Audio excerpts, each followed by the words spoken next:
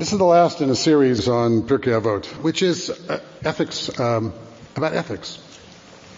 It is the first collection, if you don't count the Ten Commandments and then this week's Mishpatim portion in the Torah that then has 50 more laws in it. If you don't count that as the first collection of sort of Jewish ethical principles, which you probably should, beyond the biblical principles, Pirkay Avot is the first a collection of Jewish ethical principles. And it is, as I've mentioned before, the only book, tractate in the Talmud that is literally only the Mishnah, which means there's no commentary at all on it. It's simply always stayed the way it was, without commentary, as a sort of handbook of pithy sayings about how we should act, how we should treat each other, how we should treat ourselves, how we should act as judges, because the rabbis were judges literally in court, how we should act as teachers, because the rabbi means teacher and the rabbis were teachers, how we should act toward our students, how to essentially make the world work, which is what Pirkay Avot's about. How do you make your lives work? How do we make our relationships work? How do we make the world work? According to the rabbis of a couple thousand years ago. And one of our brilliant members, Vicky Fox, one of our brilliant members suggested that what we should have as a series is should do a series on current events through a Jewish lens, or at least if I do it through my Jewish lens.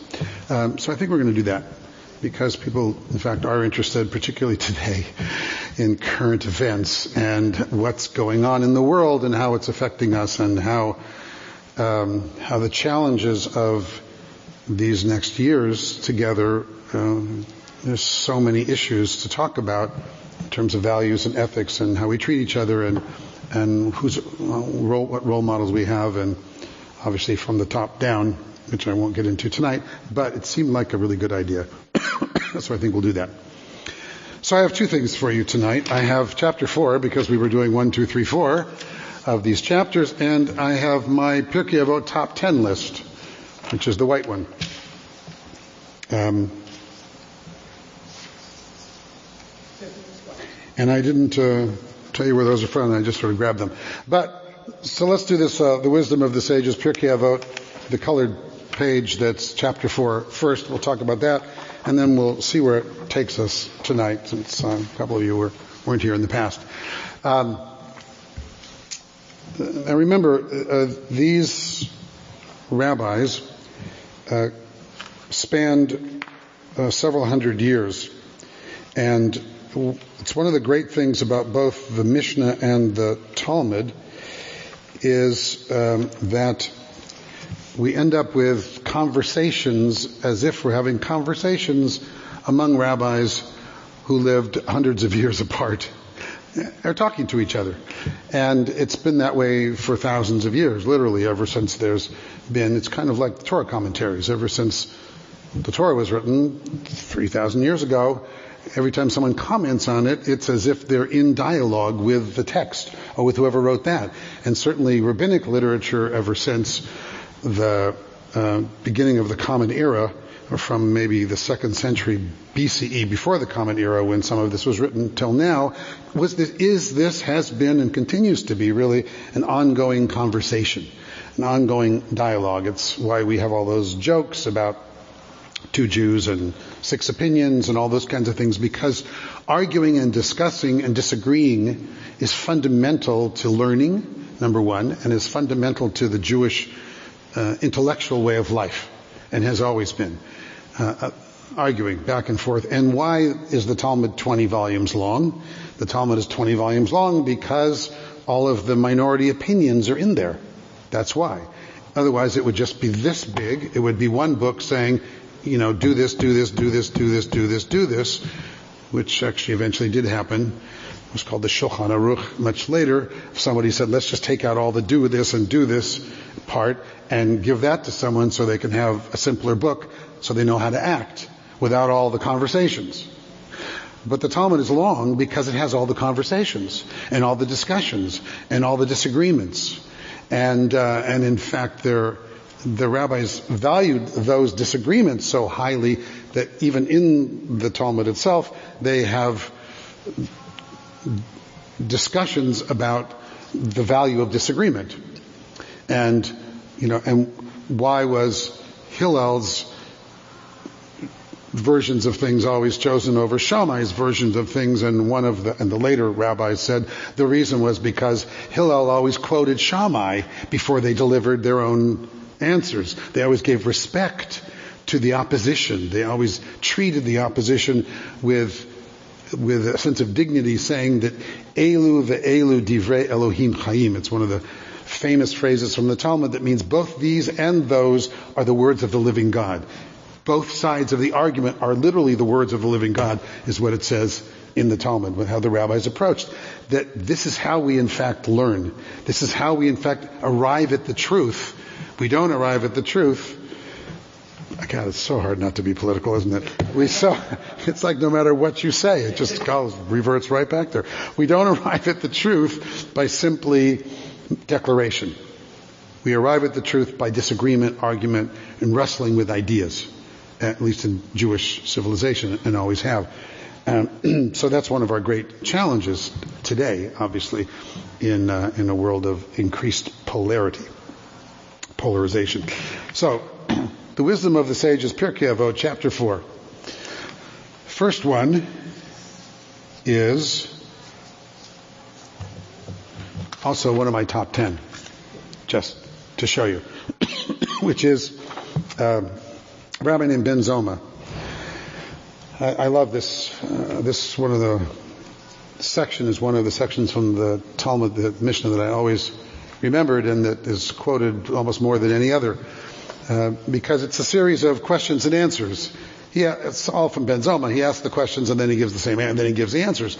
And they're worth wrestling over. So Ben Zoma asks the question, Ezehu Ashir, Ezehu Chacham, who is wise, and gives the answer, is Halomed Mikol Adam, the one who learns from everyone.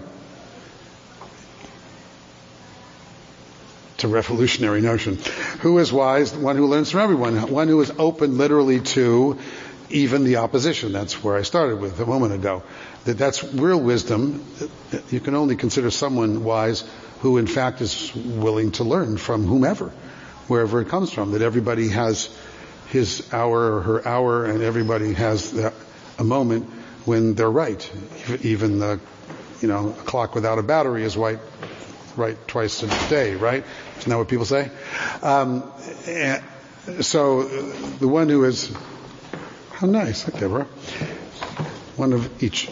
I'm good. Deborah wrote a wonderful novel. You should all read it as soon as it's published. So who is wise? One who learns from everyone. And then he asks, who is strong?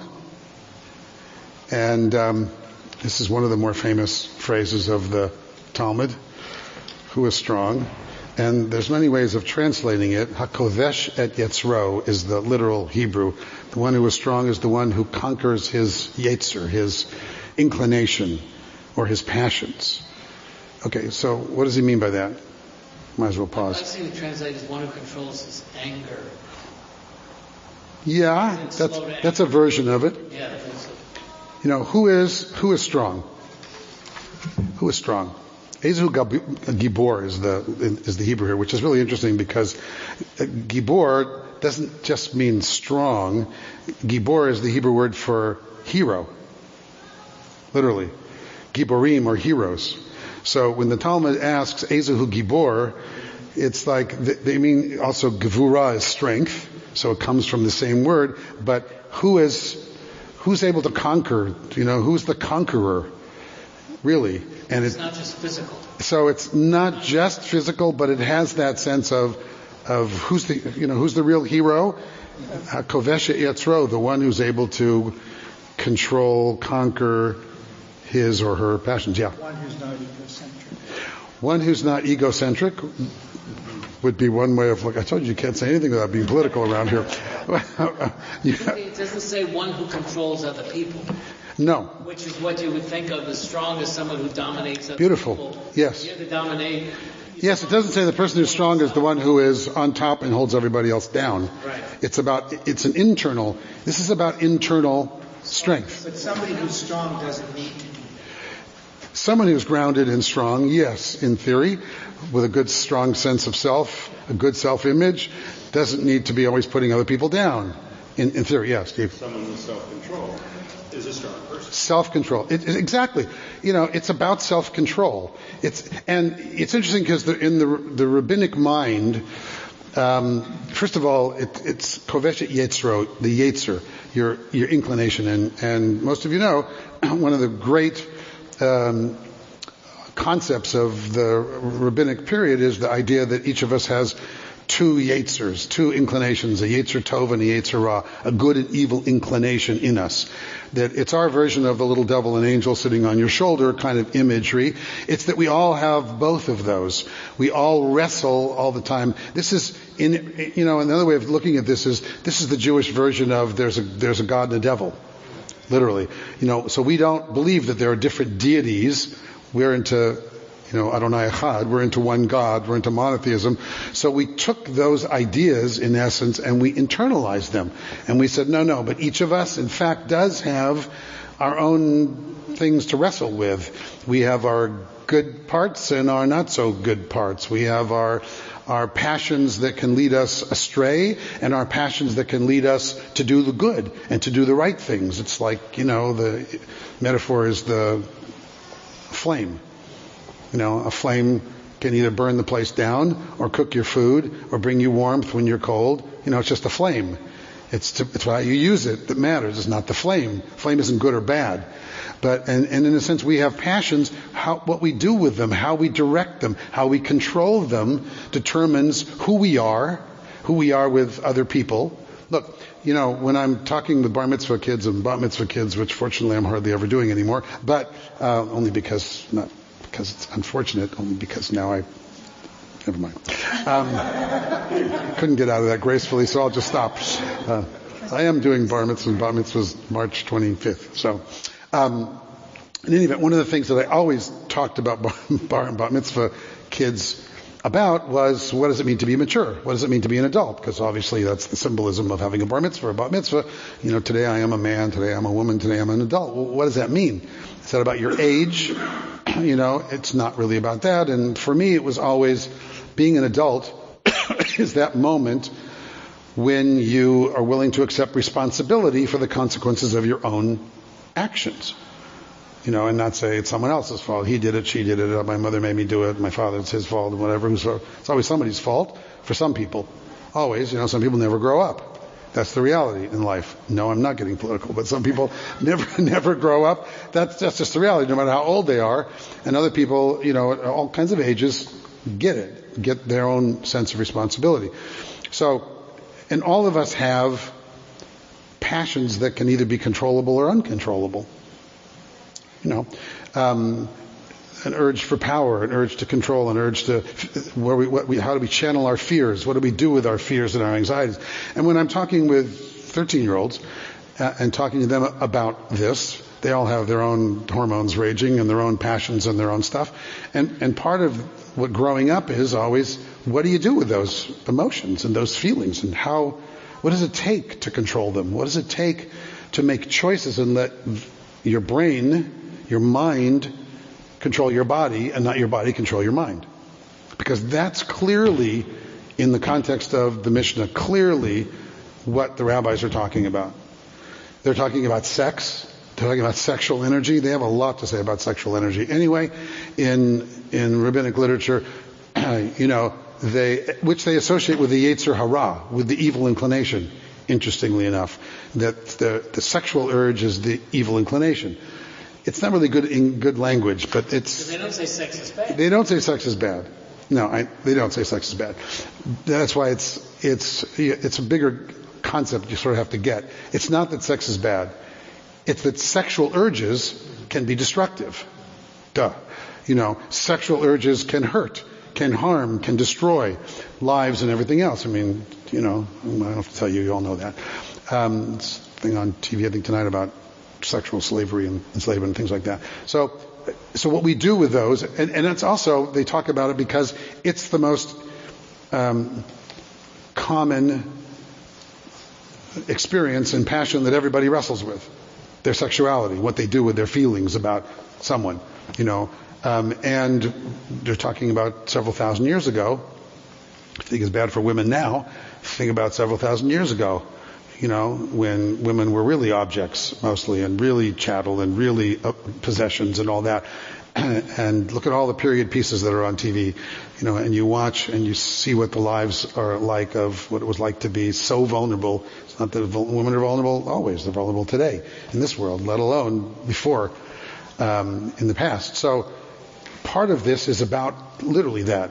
And they have this little discussion in the Talmud about one day somebody captured the Yetzer Hara of the world, the evil, the sexual inclination of the world, and put it in prison, so it couldn't run in the world, run wild in the world, as if that was going to be a good thing. We're going to capture it and put it away and lock it up. And then, of course, they say what happened was no egg was laid, nothing grew, nothing happened in the world, because that energy, properly directed, is what is the energy of creativity and creation as well. So that's how the rabbis saw it. Yes, it can be destructive, but it's the source of all creativity and creation in the world. Sexuality, they weren't dumb, they knew. Sexuality is how people come about. This is the source of creativity, of generativity in the world. So our challenge is to wrestle with that and to recognize that self-control is often the hardest control there is. It's easier than controlling other people. It's controlling yourself and your own passions. And that life is a balance. Life is this constant balance between the Yetzer Tov and the Yetzer Ra, and trying to figure out which is which. What's the good and what's the destructive is probably better than evil. Maybe that's even a better way of saying it. The destructive inclinations in all of us, and how do we rein those in and channel them in a way that's positive. Yes, dear? Find that balance within ourselves, because he's saying, we have the good and the bad. Is this something that we learn when we're growing up, or do we learn this at a certain time of our life that it comes to us? What is it like, a journey? I'm just wondering how this comes to do good or to do bad within ourselves. It's a good question. How do we learn that balance? Where do we learn, if we're lucky, to control our passions in any event? How do we learn? It's, in a sense, the same question. How do you learn right from wrong? How do you know what's right? It's like, I created this thing this past year called Home Shalom, which is my little project to try to help with issues of domestic violence and intimate partner abuse. And one of the things that I'm doing with my Home Shalom project is I'm underwriting healthy relationship workshops for teens. It's now the major thing that I'm doing. In fact, now that I'm raising a little bit of money, and when I get it, I'm paying someone to do these healthy relationship workshops for teens as a intimate partner violence prevention program, basically because I'm very conscious that with all the health things and stuff like that going on in the world, and in some schools are dealing with these things, but most teenagers and middle school kids have no clue about what relationships are about, and where are they going to learn, and what are boundaries, and what's appropriate and what's not appropriate. And if you don't teach them what's an appropriate relationship, how to appropriately talk to, touch or not, stand up for yourself, have these boundaries, how can you expect them to sort of magically know that any more than they ever have of how people learn things from the street or now from the internet? And God knows what you find on the internet when they're looking for, how you're supposed to date someone or whatever it happens to be. In any event, I don't know, anybody want to respond to that? I think it comes from home. Your first relationships, and you learn, what's acceptable behavior. You learn, mirroring behaviors and parameters and all sorts of things. Yeah.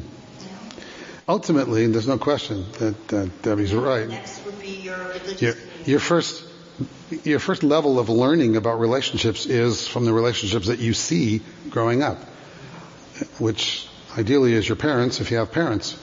and how they interact with each other and how they talk to each other and how they treat each other. One of the other things that I tell bar and bat mitzvah kids is nobody knows what's going on inside your head. You have a rich life in your head that nobody else knows but you. You have all these feelings in your body. Nobody has a clue what's in there except for you.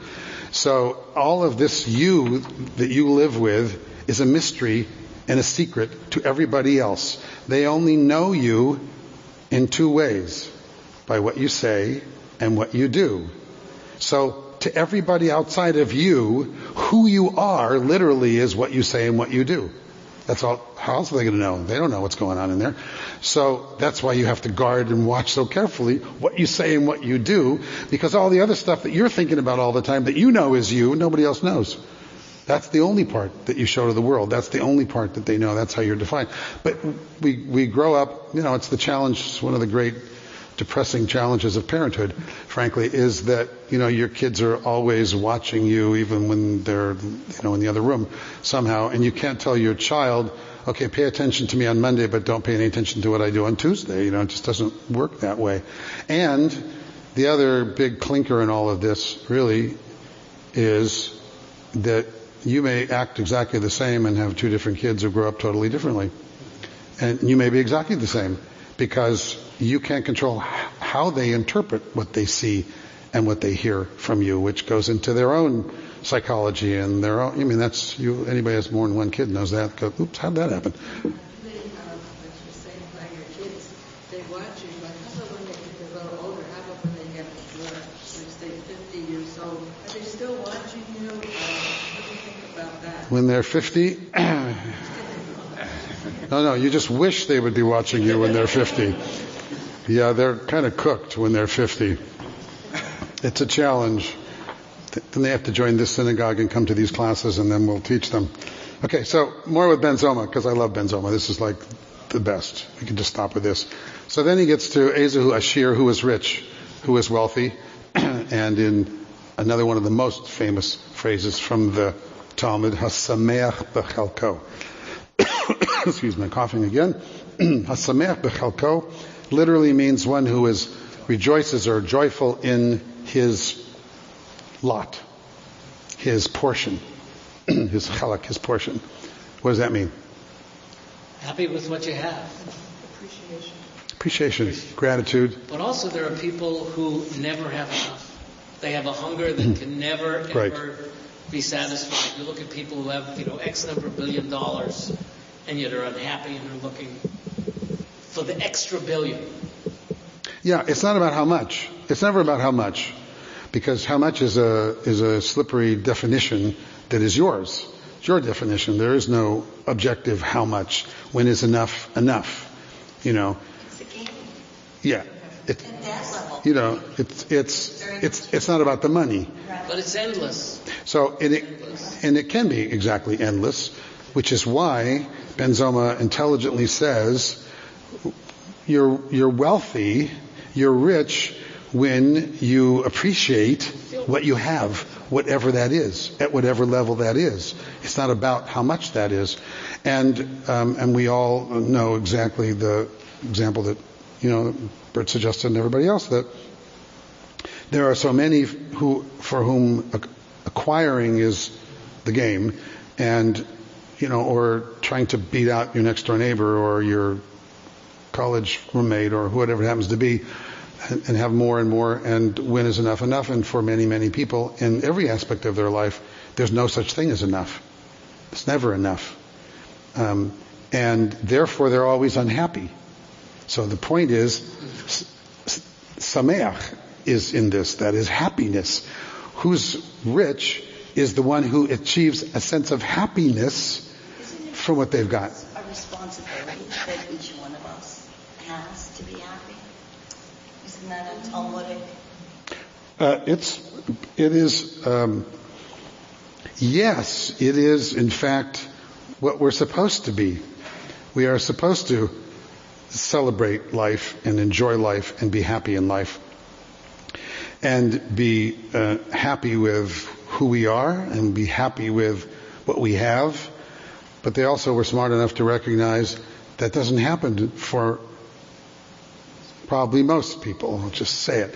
Most people, look, all of those studies, all of those happiness studies in the world, of which there are many, about the different countries and which people in which countries are the happiest countries, we are never at the top of that list. We are way down on that list always. There are always countries like Denmark and,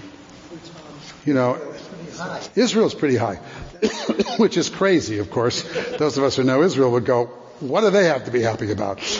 But in fact, that's why attitude is everything in life. It's not about how much you have. Attitude is everything.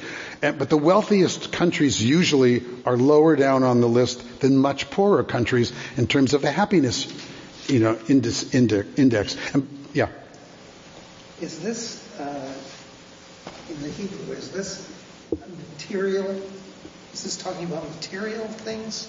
What about your lot in life, which is not material? So, for example, Faust, the deal with the devil is at some point you're going to say, I wish this moment would last forever, and you never get there because you're always, being a human being, you always want something different. But those aren't all about things. They're about experiences. Good question.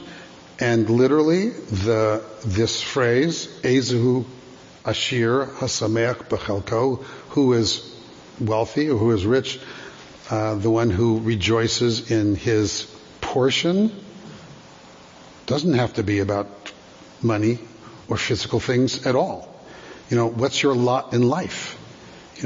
Who is happy and satisfied with his, or in our case, his and her lot in life can be all of those non-physical things, with whether you have a relationship that nurtures you or not, whether you have a family that is a happy family or not, whether you have all of the, whether you have work that feeds you and nourishes you and satisfies you or not. All of those things are your chelik.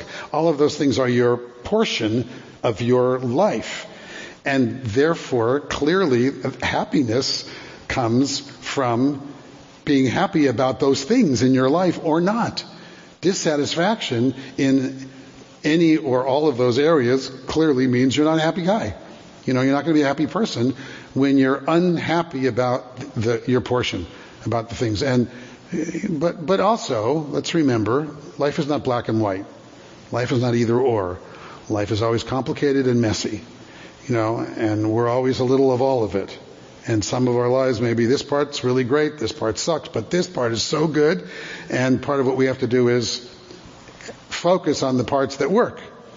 The chelik, the part of our life that is the part that's working for us. And know that, nobody ever gets to all tens in all of the different categories of your life. This follows the pattern. There's a pattern here where each one, his answer to the question is pretty much the opposite of what most people would say. Who's wise, not the smartest one, but the person one who learns from other people. Who is strong, not the person who dominates others. Here, who is rich, not the person with the most money. Right. Or the most anything. Or the most anything. It could be the person with the most money.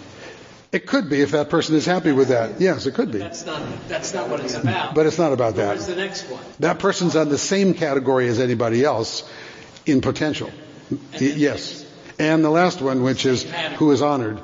Who is honored, and his Ben Zorma's answer is the one who honors others.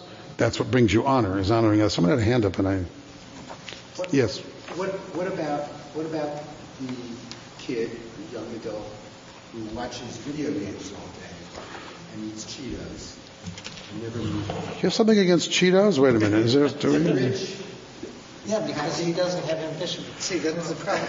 If you're ambitious, yes, you have grow up to be a Jeff Bezos one day. Right. Nurture that child. But if you're ambitious, it means you want more than what, in some way. Yes. Things, but you want to achieve something that you haven't achieved. So here's the question. Can you be ambitious and in a constant state of evolution and growth and still be happy with your portion? Or are those automatically contradictory and impossible at the same time? To me, the difference that we're talking about here in all of these questions is internal versus external. Mm. That your judgments about yourself come from internal, not from external things like wealth or whatever. Right. But it's how you feel about your connection to the world. Yeah, I love that. See, I mean, I haven't done, Ben Zoma's on my top 10, one of my top 10, because this to me is something I think about all the time. I've always thought about, when I think about Talmudic wisdom, this is one of the things that always comes up, because there's so many times in life where, and they're such simple question and answer things, so many times in life when the issue of, are you happy with what you've got? Are you sameach, but where is your happiness going to come from? What's going to be the determiner of your happiness? Because that's up to every one of us. It's up to you. And, I can't determine what's going to make you happy, right? So you have to determine what's going to make me happy is I'm going to write a novel. Okay. And then I can't make you write the novel if you're going to do that either. I can't do any of those things. It's totally internal.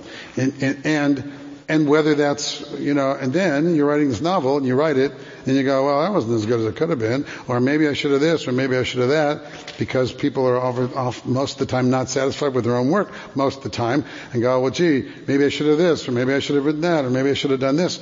And that's part of to me, that's part of the strength of conquering your urges, because one of our inclinations is self-deprecation. And one of our negative urges in life is, I'm not good enough, I'm not this, I'm not this, I'm not this, I'm not that. And then therefore never being satisfied in a healthy way with your accomplishments. Yeah, I did this, but I didn't do that. I got an 8 out of 10, but I didn't get 10 out of 10. It's all the kids who come home with an A- and go, you got an A-? Kind of on all your things, you got an A-? What happened to the 4.2? Whatever. All those things that are the reality of human life. And remembering, for me, this is like I put this on my mirror or something. I don't, but because I have it in my mind all the time. To remind myself of that I am the arbiter of my own happiness and my own wealth, and whether I feel okay or not about who I am, what I'm doing, and what I have in all the different aspects of my life. That it's up to me to make those choices. Yeah. Fred. Thinking about this, if you're somebody living in poverty, yes, is this encouraging you to be happy living in poverty, or is this, in other words, is it a demotivator? Is this well? It's not necessarily a demotivator, but let's say somebody gave me this and I'm living in poverty, and they tell me, all right, you will be rich if you're happy with what you have. Yes. I think somehow I would feel angry a little, that... Well, it depends on who's telling you that. Yeah. If I'm coming in a lot richer than you and going, you know what, Fred? you could feel rich if you just keep yourself down here and don't try to be like me. That's one thing. And what's the reason that poorer countries tend to have score higher on the happiness index? It's because they don't have the expectations that we have of poor people in this country who turn on the television every day or have on their phones every day and see the Kardashians as the way of life, or whatever. It's about how you compare yourself to the people around you that so often determines your sense of happiness or not. Well, this is Abe Lincoln. They have the saying, supposedly. Yes. I figure most people are about as happy as they choose to be. Yeah, Yes. It's pretty much the same. For any of us, but it is that. I've been in places in Africa where people were very, very, very poor, and yet still there's a lot of joy. There are Right. people who live great lives. Yes. And no matter how rich you are, there's always somebody richer, there's always somebody poorer. Yeah. Anne. I think, I happen to be a geek about reading all these happiness studies and things like that. And it seems that so often what the notions are community. Right. And whether you're isolated or whether you have a supportive community. Correct. And it is your attitude. Yeah. And those are the things that you can control and make differences in. Yeah. Rabbi, you said So many expectations. Yes, expectations. And that, to me, I used to be a yoga fanatic, and one of the things that my teacher would always say is no expectation. And I'm not a good student, but I really try. Yeah. Because I think when you set yourself up for this is how it's supposed to be, right. or this is how these people were supposed to be, or this is what I'm supposed to have, then, you're setting yourself up for, just disappointment. Look, You can come to it with no expectations and just, you're breathing. right. That's why yoga's so big on breathing. Look, That's your life. yes. And isn't that the most beautiful? Well, that's why Jewish tradition starts you off with those morning blessings. You wake up in the morning, you go, thank you, God, I woke up. That's right. Essentially, here I am. Everything else is gravy after this. I open my eyes and here I am. And if you can get to that, where you actually feel that, that's the best way. So, that's why, I say all these blessings in the morning, every morning, because I want to train myself still every day to be grateful, to see the world first through grateful lenses. And then I encounter all the crap that I may encounter in the world. But if I start that way, that's a hell of a lot better than starting out grumbling, right? So I do that. So look, I mentioned I was teaching this thing today. So, I was telling a couple people, it's part of a week-long elder hostel program that the American Jewish University is running at Brandeis, the Rhodes Scholar Program. And the whole week is about U.S. presidents and the Jews. And I ended up being asked to do it because somebody a couple months ago, because somebody I know was supposed to do it and couldn't make it. And he called me up and said, I'm supposed to teach this thing. Would you teach it for me? And I said, sure. Knowing nothing about the subject, I said, sure. So I had a couple months to prepare, so it wasn't any big deal.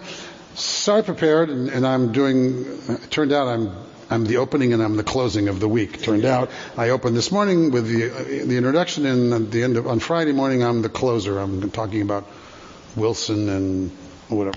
Anyway, and Lincoln. I had more anxiety about showing up and teaching this class today than I have had in years. For weeks I have had, because I saw who the other people were. Rafe Sonnenschein, David Berenbaum, there are all these, Michael Berenbaum, there are all these people who are real scholars in their fields, professors and whatever, and me. And my mother kept telling me that all week, honey, you'll be fine. My wife kept saying, what are you talking about? Get up and you can just talk, whatever. And it's true, and it was all true, and I had a great time, and it was all fine this morning. But I was so conscious of how much anxiety I had, not feeling that I was at the intellectual level, the scholarly level of everybody else who's lecturing all week, who are all scholars. I'm the only rabbi who's not a rabbi scholar, person doing it. I have my own strengths, obviously, which are different. But I was so conscious of, here I am. I'm 68 years old. I'm a successful person. I'm a good rabbi. Been a successful rabbi. I can do this. I'm actually my own kind of a scholar. I'm in the middle of writing this book for Jewish Publication Society. And yet it's so easy to go, oh my God, who am I? And it's just, it's like all of whatever's built into us, or me anyway. Where do our insecurities come from? Where do those things come from? How are we measuring ourselves? Who are we measuring ourselves against? What I think, Steve, is that anxiety built up because of your high expectations. Yeah, that's what made me think about it. The expectations of what do I have to achieve to make it work, to be whatever. And you may have fit in beautifully, but if your expectations were higher than what your presentation was, right, then you went away with frustration, and it all fits into this whole thing, this whole point that I see you exactly raising regarding happiness. And where does it come from? And it doesn't come from any of these external things. It comes from this sense of satisfaction at who you are. Or as you once said, when is good enough? Yes, exactly. Good enough. What I've come to realize with day-to-day activities and what I do is that nothing's perfect in this world, and if I set my expectations too high, then there's going to be activities and events during the day that are going to frustrate me. Yeah. And cause me to self-deprecate and criticize. But if I take the attitude that 10% of the things during the day that are going to confront me, whether it's events or that that's the norm, if 90% of what occurs during that day is good, then it's a fabulous day, and that should be happy. It's a good attitude. Besides, all the studies about that I read years ago clearly showed that 90% of the things that people worry about never happen. So the things that happen are things you don't worry about because you didn't expect them. So it's silly to worry about all these things because they're not going to happen. The repetitive thoughts that Yes. keep going through your head. Right. So that's why I like Ben Zoma. He's a good guy. So, number 2. Look at that. Ben Azai. So Ben Azai teaches, I like this one too. This is one of those... Anyway, run to do a minor mitzvah and away from transgression, for one mitzvah leads to another. So another famous phrase from the Talmud, mitzvah goreret mitzvah, and avera goreret avera. They even write songs about it. One mitzvah leads to another mitzvah, and one transgression leads to another transgression. And then he says, scharan, the mitzvah is mitzvah. The reward of the mitzvah is the mitzvah. And the consequence of sin is the sin, is the transgression. So, what's this? What does it mean? Why run to do a minor mitzvah? What does that mean? Why that? If you're running even to do a minor mitzvah, it inspires you to be on the road if you want to mitzvot. Whereas if you go in the other direction, they kind of build one on the other. You start sinning, and then there's another bad thing, and another bad thing. They're like they're like different roads. And I think the idea... Which road do you want to go down? Right, which road do you... Right. And even a small, nice thing gets you on that road. Yes. And gets you going in that direction. Yeah. It's minor because people too often think, okay, I got to do something really big. And I'm going to pay attention to the little things. Where's the big thing I have to do? And of course, in other parts of the Talmud, they intelligently say, run to do a minor mitzvah as much as a major mitzvah, because who's to say which is minor and which is major? Because in fact, in life, you never know what the minor and what the major is in life. Yeah. The reward of the mitzvah is also the mitzvah, meaning the reward is not someone else acknowledging it. And it's the fact that it's back to the internal and what side of you are you feeding? Are you feeding the mitzvah side or are you feeding the sin side? As long as you keep feeding the mitzvah side, that's what you keep doing. And you do it because of the act of doing it and the act of gratitude to be able to do it as opposed to somebody else saying, well, thank you. And for Ben Azai, it's even bigger than that in the sense that the reward for the mitzvah isn't God giving you some reward. It's not, I'm doing this because there'll be pie in the sky by and by. That I'm doing this because these are mitzvot, commandments from God, so if I do them, I'm going to get some eternal reward. It's heaven. I'm going to get into heaven, it's you do it for its own sake. That the experience of doing it, whether you get the acknowledgement or whether you don't, when there's anything beyond the helping, you help someone because in the helping is its own reward for you. Yeah, Fred. It also gives me the impression that what it's really saying is it's not how far you go, it's what direction you go. Yes. Yes, well, that's and the idea that what you do, nothing happens in isolation. When it says mitzvah goreret mitzvah, it literally means one mitzvah pulls another after it. Goreret is this kind of interesting Hebrew word that means like you're grabbing on and pulling it afterwards, like someone pulling. One mitzvah hauls another one after it, and an avera does the same thing, and the transgression does the same thing. There's no such thing as just a mitzvah. It's connected because it's kind of back to the question in the Torah about the Pharaoh. Famous ethical dilemma about the Pharaoh, that Moses goes to Pharaoh 10 times and says, let my people go. And it says in the Torah, Pharaoh's heart was hardened and he said no. And that happens 10 times, and the first number of times it says that Pharaoh hardened his heart, and then it starts saying God hardened Pharaoh's heart. Moses came and said, let the people go, but God hardened Pharaoh's heart, and Pharaoh said no. So then ultimately the ethical dilemma is, why are you blaming Pharaoh if it literally says in the Torah, God hardened Pharaoh's heart? What can he do? All he had to do was say, it's not my fault. God made me do it, essentially. It literally says that in the Torah a number of times. God hardened Pharaoh's heart. And the rabbis who raised the problem in the first place, of course, only raise it because they figure out an answer to it. And their own answer to it is, no.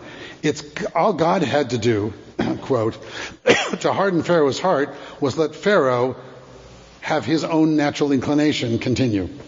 Because as it says in the beginning, Pharaoh hardened his heart. He took this step, and therefore he kept going down this path. So that they say in the Talmud, a man is led by the way he wishes to follow. But you just said that God hardened his heart. So was there like an ulterior motive on the part of God? Of course. Setting up Pharaoh for all the disasters that followed? Absolutely. Yes, the whole Exodus story is an arm wrestling contest between our God, the real God, and the fake God, the fake news, the fake God who is Pharaoh. And that whole drama of the 10 plagues and all that was to show that the invisible God, who is our God, is bigger and badder and meaner than the real God, and Pharaoh was only the pretend God, even though they all thought that Pharaoh was the real God, because he was a person in flesh and blood.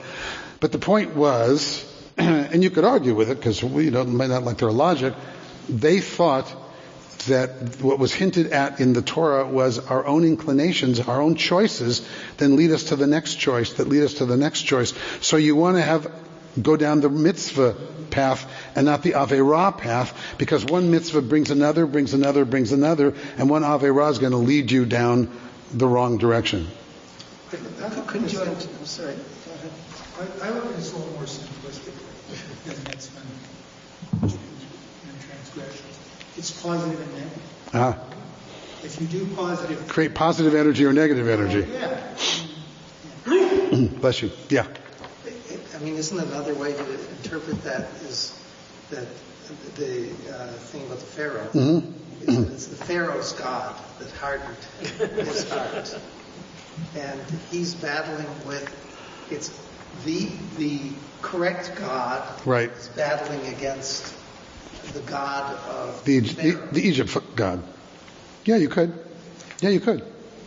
Certainly that is one of the underlying messages, because the Egyptians had a whole bunch of gods, don't forget, which is how we ended up with the golden calf a little later, because we missed those physical God symbols of God's presence. They obviously didn't really think they created a God by making a golden calf. They just made it. They're not dumb. But they made an opportunity for God to show up for them, is really what they wanted. They had those symbols, those images were like, to attract the God energy to show up for them, and they felt abandoned out in the middle of nowhere, so they did what they were used to from the old country, which was now Egypt, where they had all these images of animals and things and birds that were God images, and Moses wasn't around anymore, so they made something solid and strong that they thought was going to work. But here we are. This is also one of the fundamental ethical principles, in the sense of rules of Jewish life, which is that mitzvah goreret mitzvah, that one mitzvah brings another, and that the way for you to lead the right kind of life is to start with any minor mitzvah. And don't worry about the big things, because if you're waiting for the big opportunities, you're going to wait your whole life.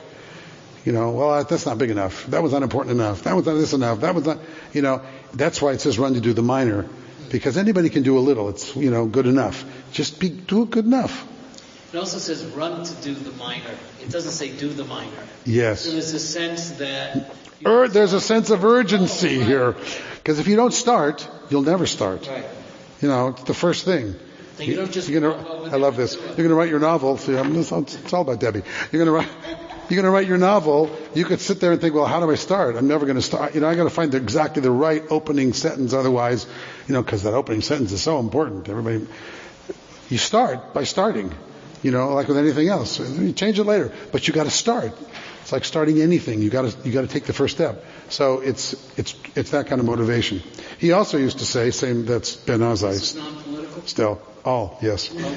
Always non-political. Scorn no one and mock nothing.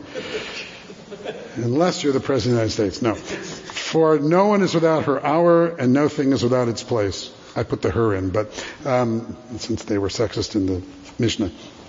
But I love this one too. It's interesting because I want you to see how it's connected to number 2, this number 3.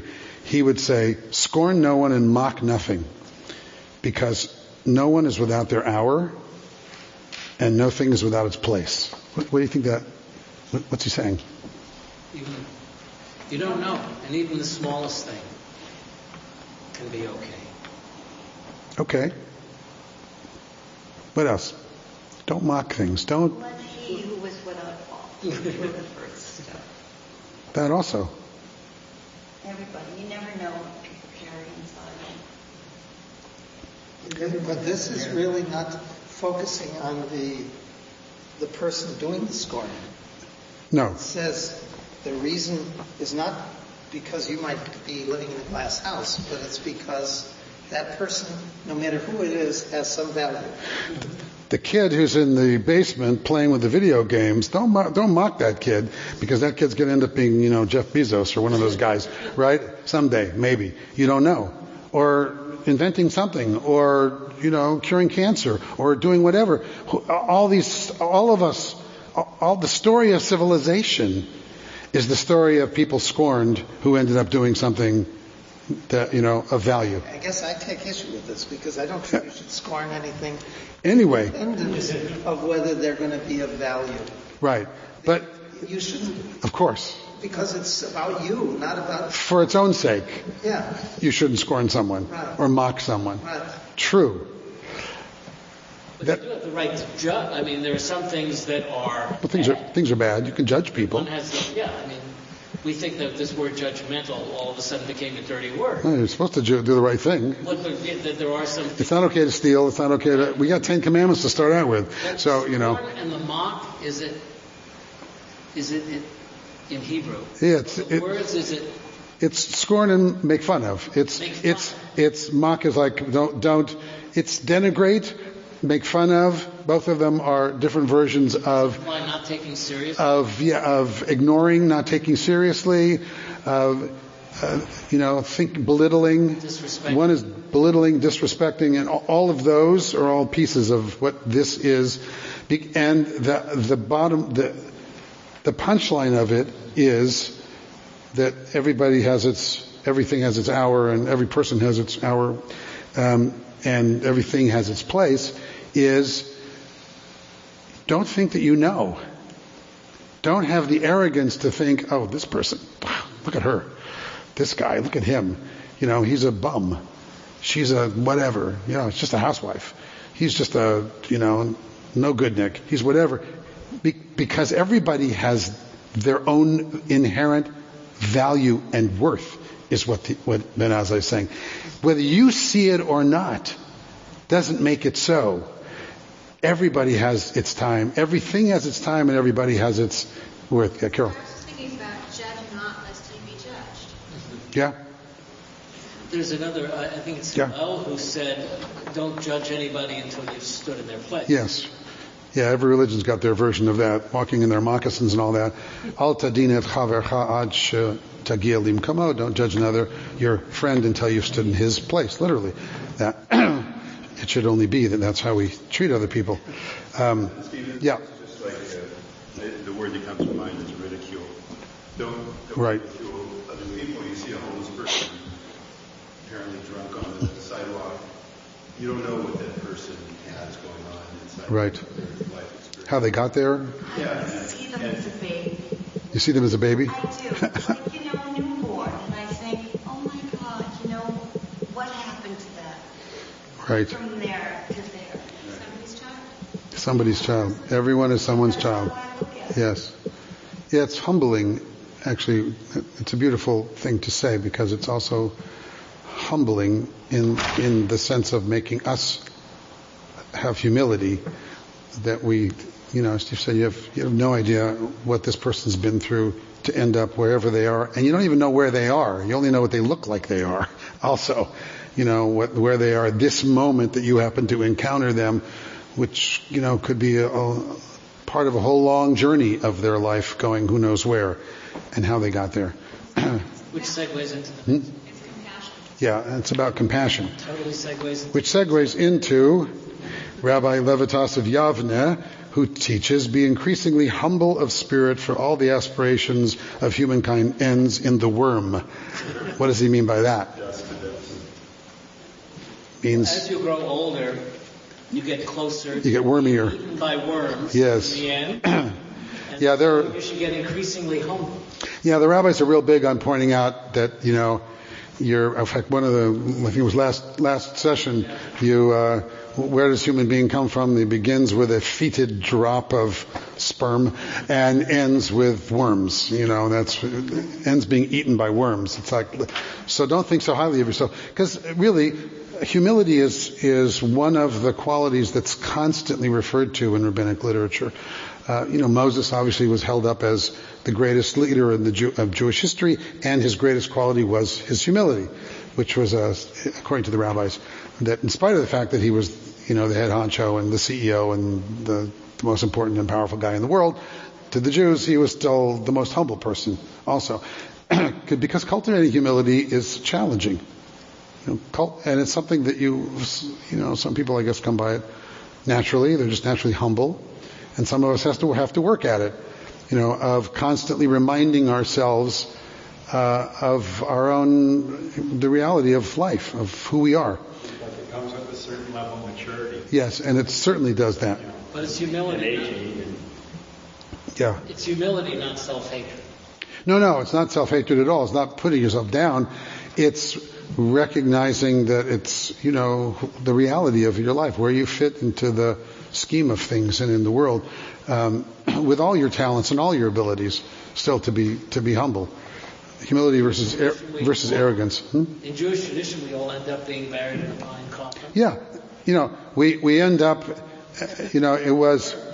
we end up allegedly, the Jewish burial traditions are from that same root.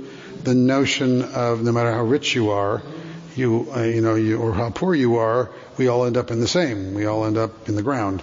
Well, not everybody ends up in the ground anymore, but in theory, we all end up in the ground, and we're all equal in that. In fact, it was a conscious decision of the rabbis in the Talmudic period to say Jews should all be buried in shrouds, actually, and in plain shrouds, so that you can't tell the difference between who's rich and who's not, which is not the same in every culture, obviously,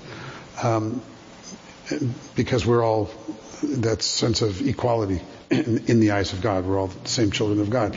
So Rabbi Yochanan ben Baraka says, even if you desecrate the name, that's obviously God, in secret, your punishment will be public.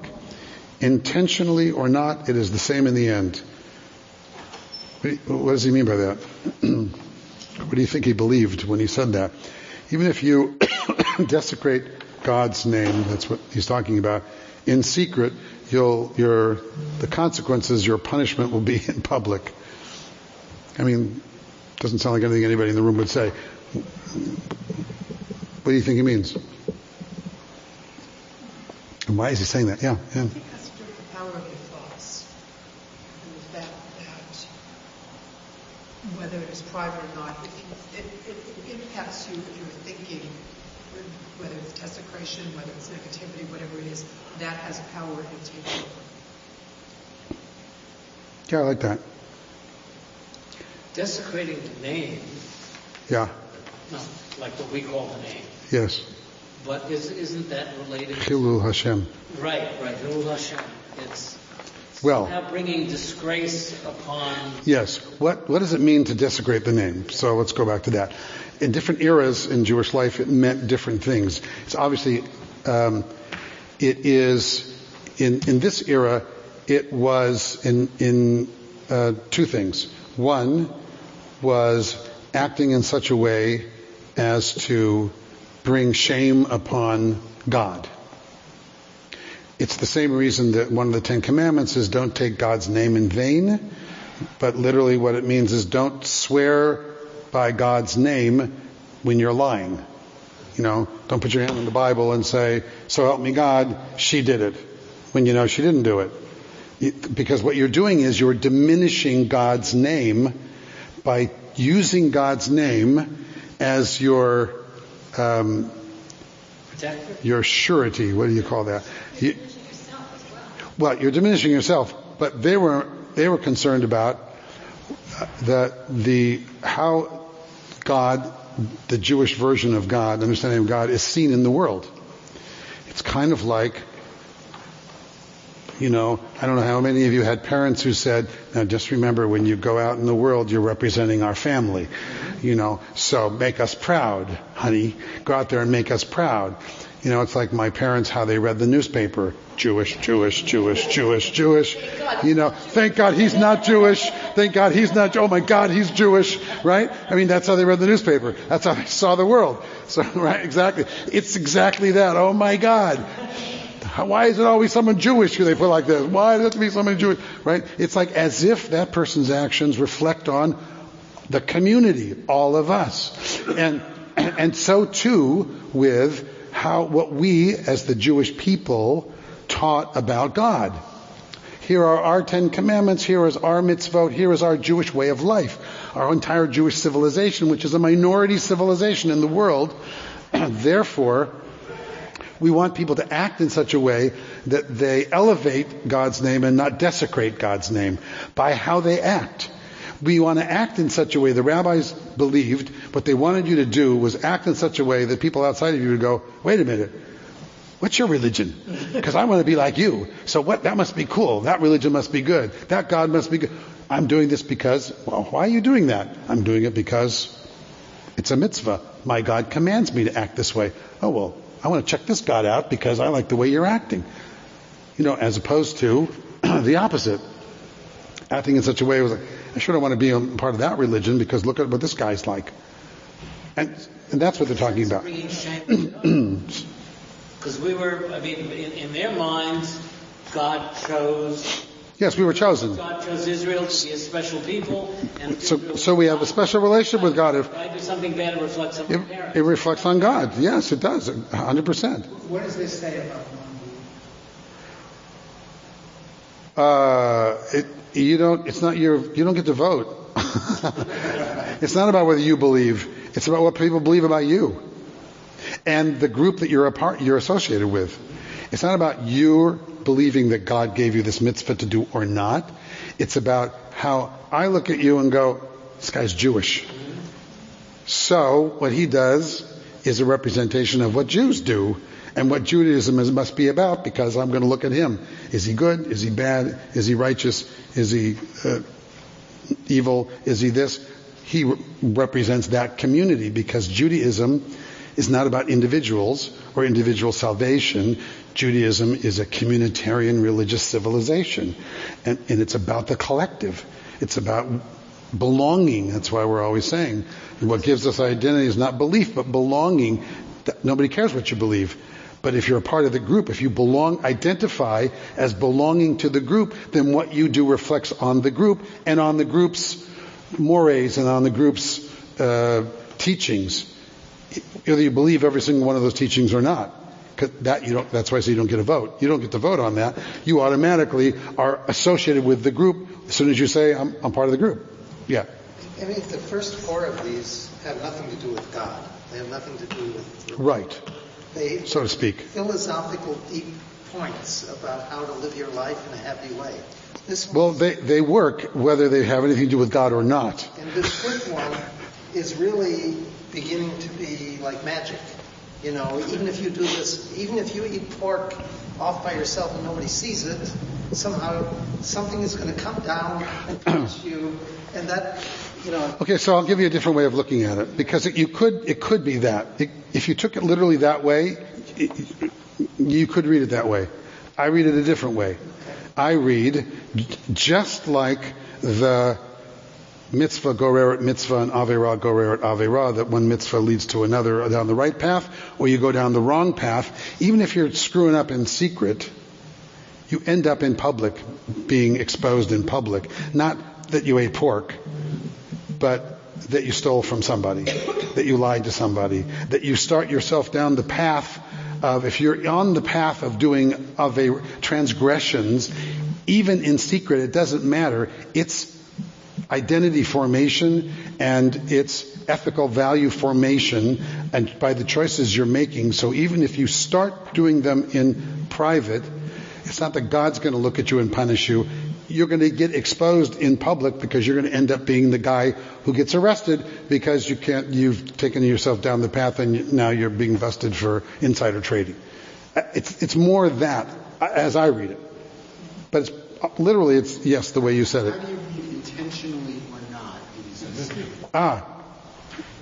How do you read it?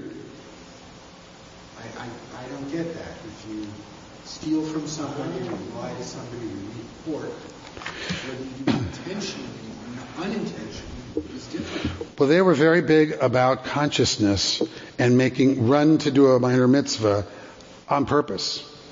So it's not an excuse to say, I didn't mean to be doing that. I was just got in the habit of doing a little of this, a little of that. I didn't think it was going to end up all the way over here when I started all the way over there with a little thing. In that sense, intentionally or not. It's not that my intention is to defraud the world. Okay, I did a little. Because my boss doesn't really care because he's got so much more money than I do anyway. A little from the till. It wasn't that I was planning on robbing the bank. Yeah, Steve. I can't accept that. I mean, the fact that... That's okay. Far be it for me to say I don't accept the word of high above, but to say, the way I see this, it says if you make a mistake and do something unintentionally, you're going to be treated the same way as if you do it intentionally.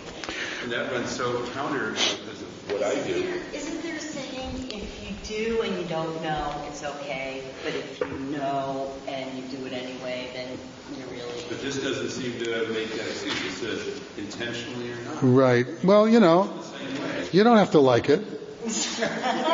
You don't have to like it. It's in the Talmud. No, definitely didn't make my top 10. You don't have to like it. And the reality is that I don't know what he meant. Okay. I mean, really, I don't literally know what he meant, except for what I think he meant had to do with the similar to the other themes of this chapter in Avot is it's better to choose your path than to allow yourself to find yourself along a path unintentionally that you didn't pay attention to. It's better to choose the righteous path on purpose, to be conscious of what you're doing, than to start with little transgressions, thinking in secret, thinking they don't matter, and suddenly finding yourself being a different person than you thought you were going to be. And it couldn't have nothing to do with that. That's how I read things. So counter, I mean, I know that came first, but runs completely counter to our modern criminal justice. No, don't we have unintentional? I mean, if you run somebody over, even if you didn't intend to. But you have first degree murder, second degree. Right, that's what I'm saying. Right. So it's there. But you're treated differently. If you would run over, you're treated far more harshly. Of course. Who was distracted by a kid screaming, turns around and hits somebody. Right. It's light years difference as far as the way it's treated. But the this way doesn't seem to make that distinction. The way this is written, you could imagine somebody from ISIS saying it. Okay. That's what it's... Good time to move on then, yeah. Yeah, okay. That's why I said you don't have to like it. I just left them all in. This is the whole chapter, chapter 4. I put it in there. Okay, we're running out of time. Rabbi, where are we? Ishmael? Ishmael. We'll get to something Torah-ish. If you study Torah in order to teach Torah, you'll be given the means to study and teach. If you study Torah to practice Torah, you'll be given the means to study, teach, observe, and practice. Not to spend a lot of time on it, but what's he saying, do you think? If you immerse silence yourself. Actions speak louder than words. You will reap what you sow. If you just want to teach and not be immersed, then that's another problem. It's the difference between talking about and doing here, really. It's wonderful to be a teacher, but if all you're doing is, your only concern is teaching, then you're not in the real world. You're just teaching the ideas. But if the purpose of your teaching is to change behavior, is to act in such a way as to be the right kind of person, which is really the whole purpose of Torah anyway, is to be the right kind of person, then you have the opportunity to actually be that person. Yes, dear. While you're talking about that, I was thinking about Bernie Madoff. He knew he was saying the wrong thing, and a lot of people, I think some of the founding knew it, but do you think he got a bad reputation for being a Jew, that he would do something like that? Take money from Wasn't good for the Jews. Definitely not good for the Jews. Sociopaths are sociopaths, and he was clearly one. Fed into every stereotype. Yes, he certainly wasn't that lovely. It was it was not good for the Jews. But he was a sociopath. Is, I guess. And then Rabbi Tzadok, this is not the only person who said that. Hillel said the same thing in an earlier chapter.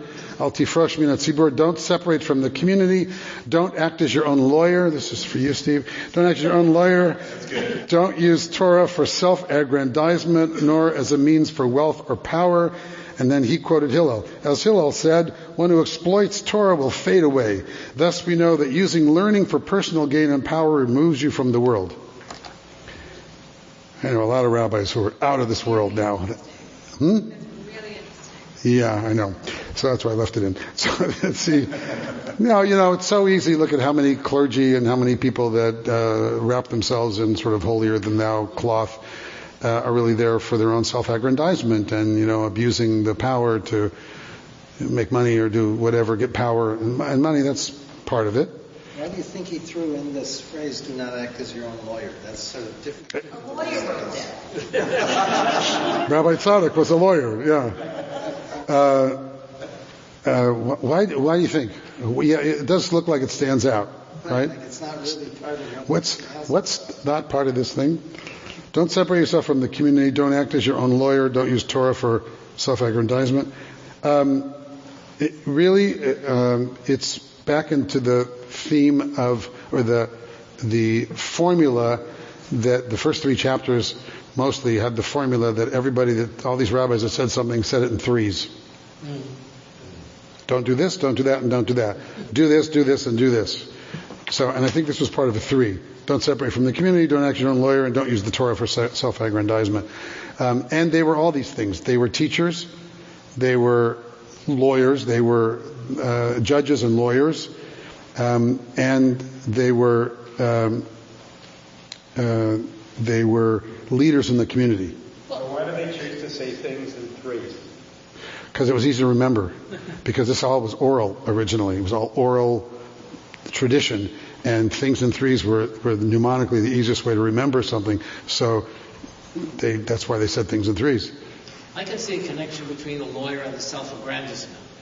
Well, because the lawyer is arguing for you and saying what a great and innocent person you are. And I guess they said hire someone else to do that. I see it. With all due respect. I see it differently. I see it as maybe them referring to lawyer not in quite the same way that we think of as a lawyer with a suit and a briefcase and all that, but as a lawyer being someone who's familiar with the community, knows the laws, knows the traditions, and if you're acting as your own lawyer, you are not going to be aware and you will not honor those past traditions. I like that. It also could be the lawyer in the sense of advocate. Don't be your own advocate. It could also be that sort of simple also. Well, it might also be that don't use the Torah as use it in a sincere way, not in a legalistic way. Or not as a tool or a weapon, but for its own sake. It's like Rabbi Yossi teaches, honor Torah and people will respect you, disgrace Torah and you'll be disgraced. Because they held Torah up. They were Torah teachers, so you got to remember in their context. I'm not going to spend a lot of time on it. Yishmael teaches one who shuns legal suits Now we're into the lawyers, that's the other thing. Is free from jealousy, theft, and self-deception. One who is quick to judge others is foolish and arrogant. Where's the connection between the two sentences? Between the first and the second? Yeah, they don't go together. Anybody? How do those go together? Well, the second one, if you change the word judge to file a lawsuit. Right. Yes, because I think it's about, I do think that's what it means. Quick to judge means you're wrong and I'm going to bring a suit against you. In that sense, I'm going to become a contentious. Weren't these rabbis part of the Sanhedrin? Yeah, they were all lawyers and judges, all of them. Rabbi Yishmael said, if called to judge, don't judge alone, for only God judges alone. So if you render an opinion, don't insist it be followed, for that's up to the majority. That's because in their minds, no one person is king of the Jews. That everything goes by majority. And in the Talmud, all these conversations ultimately they voted on, and the majority rules. So it's against sort of anti-arrogance and pro-humility statement. I'm going to keep moving because there's a couple I want to do before we're over. Yonatan teaches, if you live Torah when poor, you will live Torah. I love this one. When rich, if you neglect Torah when rich, you'll neglect Torah when poor. That is, study isn't about, I'll wait till I have enough money so I can take the time to study, basically, or to do the right thing. It's whether you're poor or whether you're rich, it doesn't matter. These are habits you need to create in your life that have nothing to do with your affluence or where you are in the course of your life as well. Hillel says elsewhere, don't wait to study when you have time because you may never have time. Exactly. Rabbi Meir teaches, work less, study more. Be humble before everyone. If you're idle from Torah, you will always find reasons to be idle. But if you work at Torah, there'll be a great reward. These are all Torah teachers. So, keep going. Rabbi Eliezer teaches, every kindness, I love this one, every kindness protects you, every cruelty persecutes you. Repentance and good deeds protect you from ultimate judgment. What do you think that's about? It needs to take it metaphorically. Start there. Well, the ultimate judgment. Same thing about going in the right direction. Yeah. Every kindness that you do it's like it adds to who you are, to the kindness quotient of who you are. And every cruelty, I like that he said every cruelty persecutes you, because basically it follows you. Acts of cruelty, disparaging others, diminishing others, affects you. It doesn't just affect them.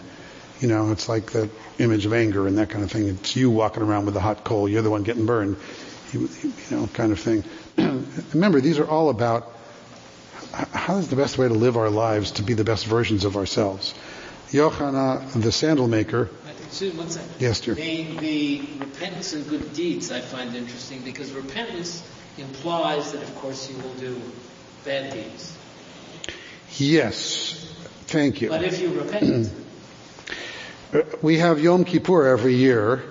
It's not like an inoculation that you get inoculated and then you don't get it anymore. Transgression and screwing up and making mistakes and hurting people and all the things that we do are all the things that we do because we're human beings and we do those things, and we need a system and opportunity to repent, to reflect, to self-examination. This was before they had therapists and things like that. We had these religious traditions that helped us to normalize the process of self-examination and say, okay, it's normal to go, I really screwed that one up. But this isn't just Yom Kippur. No. That's a regular habit. This is about the ongoing process because there's an ongoing need, and so we institutionalize it in different ways, and that's just one of them. Implies awareness. Yes. But he's not saying that you have to do repentance. He said you have to do repentance and good deeds. So you may not have a lot to repent for. It's like, it reminds me the little kids that go to their first confession. Right. And they invent things to confess. They have to say something. Right. Is this tshuva? Is that the word? Yes, it's tshuva. Yeah, it's tshuva and ma'asim tovim, which are two of the themes of high holidays, happen to be doing good deeds and self-examination. repentance. Yochanan says, every assembly for the sake of heaven will endure, every assembly not for the sake of heaven will fail. It's okay. It's that true. There's a constant rabbinic notion that intention matters. You can disagree, but if your intention in getting together as a community is to do good, is for the sake of trying to figure out how to do the right thing, then ultimately it'll be okay. It's that. And Elazar teaches, may the honor of your student be as dear as your own, and your colleagues as dear as your teachers, and reverence for your teacher as for God. Kind of like that. There's a little hierarchy of how you should have honor and reverence to everybody. Your student, your teacher, like that. And Yehuda teaches, be mindful in your teaching. This is for the yoga teachers. Be mindful in your teaching, for a careless teaching is as dangerous as intentional sin. What's that about? That's part of the idea that if you teach something wrong, you're really doing something horrible. Yeah, you don't know the consequences. You're setting someone off on who knows what path.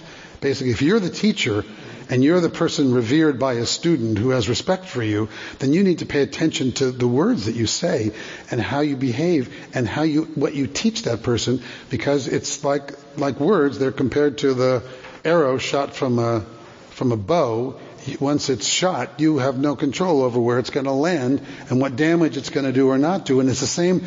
It's a matter of having tremendous responsibility as a mentor, as a teacher, for the actions of what your own teaching impels a student to do. So this isn't political at all. This is not political at all either. I see this one as connected to the prior one, which said, yes, have reverence for your teacher, and then this says, yeah, but the teacher has responsibility. Yeah, absolutely. I see this one reflecting back to ISIS and the propagation of their literature. What you do, yeah. The next one is something that is often quoted at baby namings.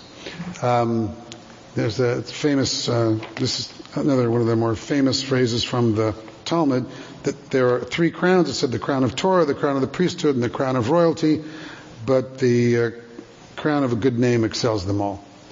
The first 3 are the typical things that people aspire to, the great learning, being a great chacham, smart guy, great learning, or the crown of the priesthood, or the crown of the government, which is what royalty is. But really what matters is something that, and only a few people can achieve those. Greatness in those categories. There's only a few people who can achieve greatness. But the real greatness, everybody can achieve, because the real greatness, the real crown, is the crown of a Shem Tov, of a good name. And the good name is in your hands. Your name is in your hands. So, yes, we quote this at baby namings because, the name that really matters is the name that you create for yourself in the world. It's the same. Midrash says that each of us has at least 3 names in our life: the name our parents give us, the name our friends call us, and the name that we earn for ourselves in the world. And this is the Shem Tov or not. A good name or not is the name that we earn for ourselves in the world. Time flies when I'm having fun. Rabbi Nehorai says, move to a place of learning and don't assume you can learn by yourself. Wisdom comes from shared struggle. That's where I started an hour and a half ago. Don't be in a place where nobody studies. Engage yourself in conversation and discussion and argument, because that's where real wisdom comes from. Shared struggle. And Yanai says, no one can fathom the peace. Here we have the issue of theodicy, which is one of the great religious issues of all time in every religion, which is, why do the good suffer? And Rabbi Yanai says, no one can fathom the peace of the wicked or the suffering of the righteous. It's a statement of fact. It's not that. Here's the reality of life. Nobody can figure this out. There isn't like a magic answer. How come that son of a bitch is now president? I mean, is wealthy or whatever. I was just kidding. What people say. People say, how come this person got so wealthy? How come that person, when he's a bad guy? How come this person does this? How come this person, got this or did this? Or how come she did this? Or how come she got that? She's a liar and she's a cheat and she's a that and here she is, making all this money. Whatever. Or innocent people who die, kids who die from cancers out of the blue, not being punished for things. What is in Hebrew, the word that what is the literal meaning of the word that you translate as fathom? Because that seems to be really understand. Important here. It's understand. I've seen Naveen. explain. Yeah, but it's really understand. No one can understand the peace of the wicked, or there's no explanation for it. Well, there is explanation, right? That there isn't that thing. Right. That's controlling. Right, but that's not going to be their explanation. So therefore, there's no explanation for why good people, innocent people suffer, and people that are clearly not innocent seem to thrive in the world. There's no sense you can really make out of it. It's one of those mysteries and I think what he's saying is trying to say the obvious, which is don't drive yourself crazy trying to figure this out, because there's no figuring it out. This is the way the world works. Why isn't there? Life isn't fair. Yes. Life isn't fair. I used to get trouble with my daughters when they were little because I said life isn't fair, but you have to do the right thing, and they hated it. And they would say, then why do I have to do the right thing if life isn't fair? Yes, I know. It's one of the dilemmas of religious life and of every religion, wrestling with why do the good suffer? It's the final judgment. And hence everybody came up with, pie in the sky by and by. Hence everybody came up with heaven and the final reward. And I know it looks like you're suffering here, but ultimately God's going to pay you off in the afterlife, and you're going to have eternal life and all that. Back as a cop. And maybe that's true, because I haven't been there to find out. And that the evil will end up in a very bad place. So Rabbi Mateus says, really, I didn't translate this well. Really, he says, better to be a tail for lions than a head for foxes. What does that mean? What does it sound like? I like to be first to greet another, but then be a tail for lions, not a head for foxes. What do you think that? What is? No? No idea.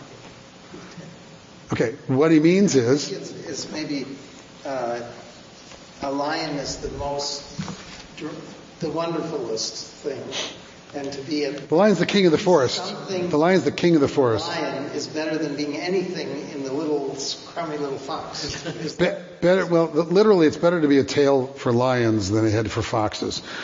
And I think that the intention is better to be spending your time hanging out with people of quality, even if you're not the most important one there in the group, than to be the head honcho of a bunch of slobs. And a bunch of know-nothings, and a bunch of nunniks. Better to align yourself with people who are smarter, better, whatever in your mind. Be in that group. Be in the group of quality, even if you're not the head of it. But don't be judgmental and critical. Of course. Appreciate it. Yes, of course. Also, that's the reality of life too, right? Gladwell's books. He talks about The Outliers book? Whether you should go to the best college you can get into. Right. Or you should go to a lower quality college where you would be one of the best. And his statistics say go to the lower. Go to the lower one and be one of the best. Yes, I know. Well, what do these guys know? They didn't. What do they know? But yes, they never took statistics. So time is up. Anybody have a favorite one that they just glanced down below? Rabbi Meir's number 27 is one of the more famous phrases from the Talmud. Al tistakel b'kankan ela b'masha yeshbo. Don't look at the container, but rather what's inside. It's like don't judge a book by its cover. It's the Talmud's version of don't judge a book by its cover. So, yes, dear. What do you think about that bumper sticker that says practice random acts of kindness? It's not really a very Jewish notion. Our acts of kindness shouldn't be random. They should be conscious. I would say practice conscious acts of kindness. But even random acts of kindness are better than no acts of kindness. So, for me, that's anything. So, I appreciate you coming in tonight. And Pirkay Avot has always been the name of this compilation, Pirkay Avot, chapters of the fathers, literally the sayings of the fathers, the ethics of the fathers of our ancestors, has always been my favorite section of the Talmud, and many people's favorites. It's studied and read every year. It's by tradition between Passover and Shavuot. Every Shabbat we read another chapter of Pirkay Avot. Yeah. Can I ask one You can. question? It looks to me like a little plagiarism here. On your number, the one we just did, Rabbi Meir 427, don't look at the best. Yeah. But what it contains, but then on your top 10, the last one says Rabbi Yehuda, the French says don't look at the picture, but rather what's inside. Yeah, same thing. Same thing. Yes. Two different. Yeah, and Meir was probably earlier. So, but Judah the Prince, is that who said that last one?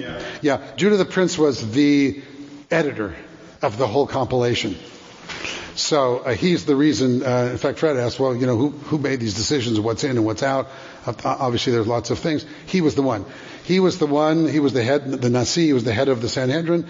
He was the guy who decided it was getting the oral tradition was getting out of control. There was so many oral traditions, the oral Torah floating around, that they were going to lose any cohesiveness. And so he was the one who took, because he was the president of the Sanhedrin, took the responsibility for writing down what wasn't up to that time allowed to be written down, because they didn't want to write the oral law because then it would compete with the written law, which was Torah. And so instead he said, no, better to have it or we're going to lose it. We can't, people are all over, we can't. So he edited the entire Mishnah. So he was the one who made these choices. He was the one who quoted people or himself, because he was the guy. So, and probably wasn't humble. That'd be my guess. In any event, Pirkei Avot's one of those collections that you sort of, I never get tired of looking at, because there are always things that every time I read it, I think of something else in the context of our lives, not being political. And I do think when I teach the next, whatever my next series is going to be, it will be current events through my own Jewish lens, and we'll apply these things to that. Final saying? Something to say? No, I just had a question. This third one of the top 10. Can you shed some light on that? Oh, Ben Bagbag. Oh yeah, I was going to go through this and I didn't. Ben Bagbag is, first of all, he's got a cool name, I like that. But the it is Torah. Turn it, for everything is in it, was his comment about the Torah. I'm sorry, I didn't go over these. These are my top 10. I just ran them off because I wrote them down once. Yes, it's that he believed that everything is in the Torah. So we study it, as we do. And turn it is literally, because that's how you read Torah. You turn the scroll to read the next section. So turn it was both literal and figurative. That the more you turn this over, the more you read Torah, the more you study Torah, the more you find answers to life's challenges, which is why we read Torah. The same Torah never changes, year after year after year, week after week after week. This week's Torah portion, this Saturday, is Truma. It's the portion that has the phrase that I put outside on Muskingum on our dedication plaque of the building when we dedicated the building. It says in Hebrew, Asuli Mikdash v'shachanti b'tocham, build me a sanctuary that I might dwell among them. So, and I love that phrase because it was our notion, good reconstructions and otherwise, that where holiness dwells, where God in that sense dwells, is where people are, is when people gather together to do the right things. That's what inspires and brings holiness into the world.